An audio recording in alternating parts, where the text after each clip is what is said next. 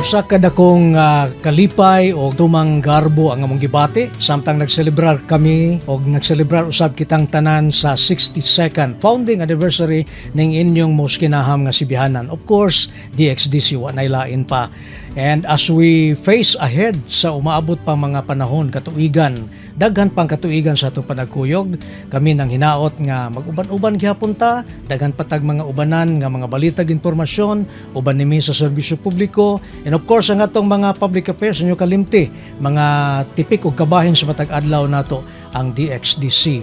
So as we partake of another blessed year ahead of us, kami nang hinaot, uban-uban ta, keep the faith lang ta kanunay. Happy 62nd anniversary natong tanan. Kini si Radyoman June Duterte sa Straight to the Point.